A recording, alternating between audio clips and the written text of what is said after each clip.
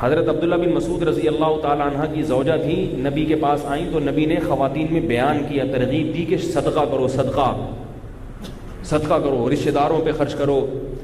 تو وہ عبداللہ بن مسعود کے پاس گئیں، انہوں نے کہا کہ مجھے تو اپنے رشتہ داروں میں سب سے غریب آپ ہی لگتے ہیں. عبداللہ بن مسعود بہت بڑے عالم تھے، بہت بڑے فقیہ تھے، مگر پیسے بالکل بھی نہیں تھے، ایسے غریب. حکیم الامہ فرماتے ہیں کہ یہ عجیب بات ہے کہ علماء کی اکثریت ہمیشہ غریب ہی ہوتی ہے.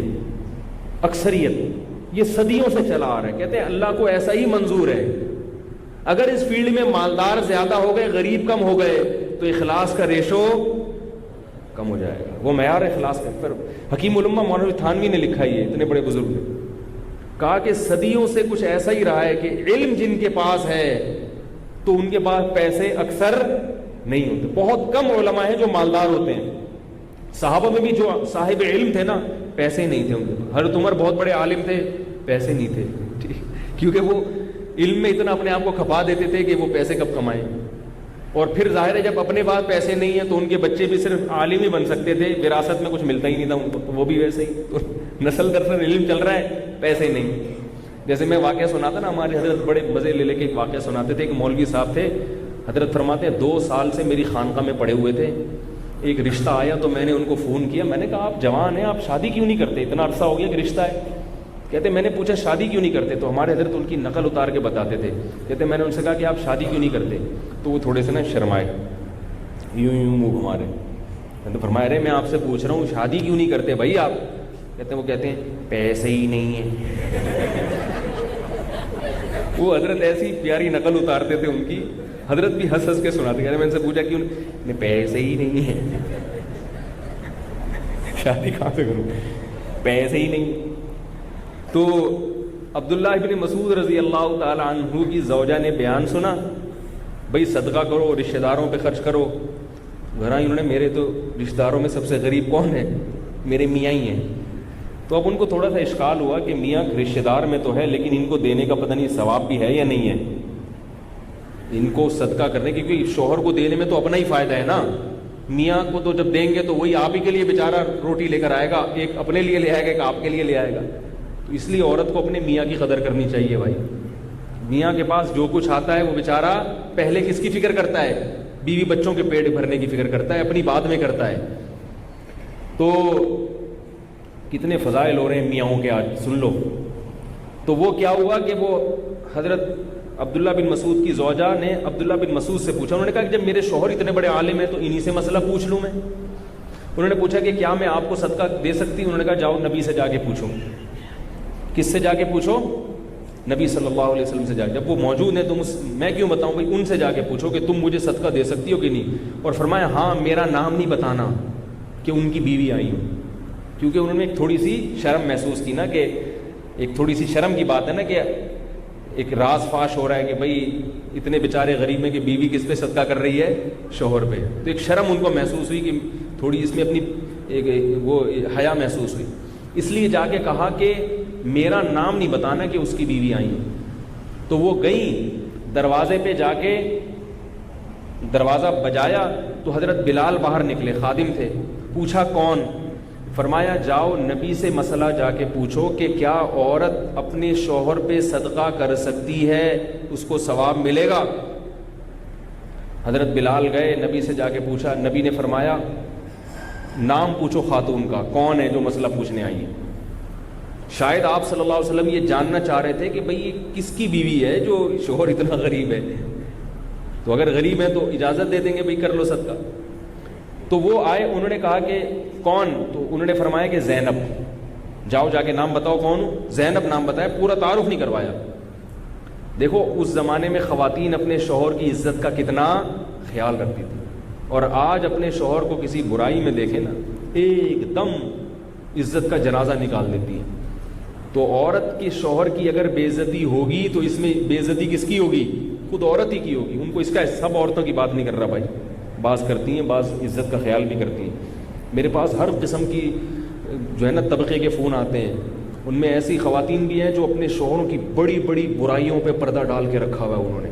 میں بڑا اپریشیٹ کرتا ہوں کہ تو اللہ اس کا آپ کو دنیا میں اجر دے گا، کیونکہ وہ آپ کا مجازی خدا ہے. اگر اس میں کوئی برائی ہے آپ نے اس کو چھپا دیا، بچوں پہ اچھا اثر پڑے گا.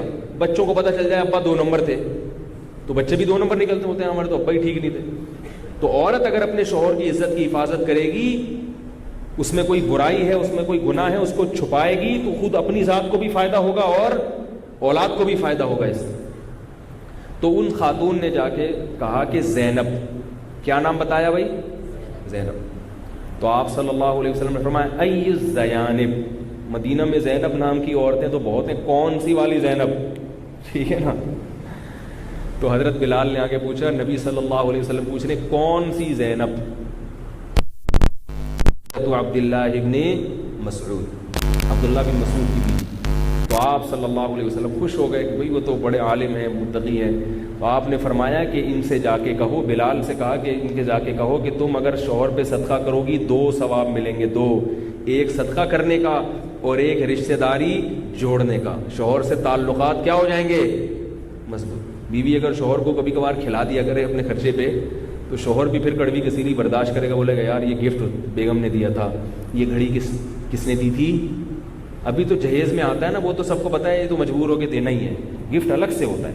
جہیز کی ساری چیزیں خواتین کو چاہیے واپس لیں، ٹھیک ہے نا، اپنے ابا کے گھر پہنچائیں، پھر اس میں تو تھوڑا تھوڑا کر کے گفٹ کی صورت میں دینا شروع کریں، پھر شوہر کو قدر ہوگی، ورنہ قدر نہیں ہوگی. تو آپ صلی اللہ علیہ وسلم نے کیا فرمایا کہ تمہیں دگنا اجر ملے گا، ایک ہدیہ دینے کا، دوسرا رشتہ داری، بولو بھائی، جوڑنے. اور یہ رشتہ داری ایسی ہے کہ میاں بیوی کی کہ اس کے جڑنے پر اللہ جتنا خوش ہوتا ہے، کسی اور رشتے کے جڑنے پر اللہ اتنا خوش نہیں ہوتے، کیونکہ اس کے ٹوٹنے پر اللہ جتنا ناراض ہوتے ہیں کسی اور رشتے کے ٹوٹنے پر نہیں. مشہور حدیث ہے نا کہ شیطان اپنا عرش جو ہے نا بچھاتا ہے پانی پر، اور جتنے شتونگڑے اس نے تشکیل کی، جیسے تبلیغی جماعت والے جاتے ہیں نا دین کی تبلیغ کے لیے، ایسے ہی شیطان کا بھی ایک اجتماع ہوتا ہے سمندر پہ، وہ دین کے مخالفت کے لیے جماعتیں بھیجتا ہے. تو حدیث میں آتا ہے کہ وہ پھر شام کو رپورٹ طلب کرتا ہے، تو نے کیا کیا؟ وہ بولتا ہے میں نے وہ جو ہے نا اسے چوری کروا دی، میں نے یہ کروا دیا، میں نے یہ کروا دیا. کہتے ٹھیک ہے، صحیح ہے، اچھا کام کیا. ایک شتونگڑا آ کے کہتا ہے میں نے میاں بیوی میں غلط فہمیاں ڈالی اور ان میں طلاق دلوا دی. حدیث میں آتا ہے شیطان اس کو، بڑا شیطان گلے سے بولتا تو نے صحیح کام کیا. جیسے کوئی تبلیغی جماعت آئے اور بولے ہم نے ڈاکٹروں کی 6 مہینے 4 مہینے کی جماعت نکال دی ہے، تو حاجی صاحب کتنا خوش ہوں گے نا. انہوں نے کہا اس نے سہروزے کی جماعت نکلوائی، اس نے چلے کی، اور یہ ماشاءاللہ سال کی تشکیلیں، اور وہ بھی اوپر کے، یعنی ویسے تو تبلیغ والوں کے اوپر اور نیچے لوگوں کی کوئی سب ایک جیسے ہوتے ہیں. بہرحال تو سال کی جماعتیں نکال کے آگے تو سینے سے لگائیں گے نا. ویسے شیطان سینے سے لگاتا ہے یار یہ تو نے کیا کروا دی، چوری کروا دی، مسجد سے چپل چروا دی، کرتا کھلوا دیا، یہ جو کام کیا نا تو نے طلاق دلوا دی، توڑ دیا میاں بیوی کو، یہ خاندانی کام ہوا ہے، گلے سے لگاتا ہے اسے. تو اس سے پتہ چلتا ہے کہ میاں بیوی کے رشتے کے ٹوٹنے پر اگر اللہ اتنا ناراض ہو رہا ہے تو جڑنے پر اللہ بہت خوش ہوتے ہیں. تو عورت اگر ساس سسر کی خدمت کرے گی تو میاں بیوی، ساس سسر سے تعلقات تو ہوں گے ہی، خود میاں بیوی کے تعلقات مزید اچھے ہوں گے کہ نہیں ہوں گے. تو خدا کی قسم شوہر کو گفٹ کرنے سے اتنا شوہر خوش نہیں ہوتا اگر وہ خاندانی آدمی ہے. جو گھٹیا ہے نا وہ تو پیسوں سے خوش ہوگا، اس کے ابا کی خدمت نہ کرے اس سے کوئی، لیکن جو عزت دار آدمی ہے وہ جب اپنی بیوی کو اپنے ماں باپ کی خدمت کرتے ہوئے دیکھتا ہے تو اس کے دل میں جو کلو خون اس کے جسم میں جو بڑھتا ہے نا وہ ناقابل بیان ہے. عزت دار آدمی ہو، خاندانی آدمی ہو، بلکہ وہ کہتا ہے میری خدمت نہ کرو، مجھے ٹائم پہ روٹی نہ ملے، مجھے ٹائم پہ کھانا نہ ملے، مجھے میرے کپڑے استری نہ ملے، میرے باپ کا خیال کر لو. تو خدا کی قسم اس پر میں زیادہ خوش ہوں گا. جو عزت دار لوگ ہیں ان کی یہ حالت ہوتی ہے. نہیں آ رہی میرا خیال ہے بات؟ جو عزت دار آدمی ہے نا وہ کہتا ہے میری ماں کی خدمت، میرے باپ کی خدمت پہ اس کا جو اس کی بانچیں کھلتی ہیں اور اس کو جو خوشی محسوس ہوتی ہے وہ اپنی خدمت پہ اسے وہ خوشی محسوس نہیں ہوتی. تو عورت اگر اپنے ساس اور سسر کی خدمت کرے گی، ان کا خیال کرے گی، وہ تھوڑی بہت سنا دیتے ہیں تو چپ کر کے سن لے گی، تو اس سے شوہر کے ساتھ تعلقات، بولو نا یار، اچھے ہو، بشرطے کہ شوہر بھی عزت دار ہو. ورنہ ایسے میاں بھی مارکیٹ میں پائے جاتے ہیں، وہ بیچاری خدمت کر کے آدھی ہو گئی اور یہ پھر بھی اس کی، وہ تو ظاہر ہے 2 نمبر آدمی کا تو کوئی علاج ہی نہیں ہے نا. یہ آپ لوگوں کی بات کر رہا ہوں جو سب 1 نمبر یہاں بیٹھے ہوئے ہیں.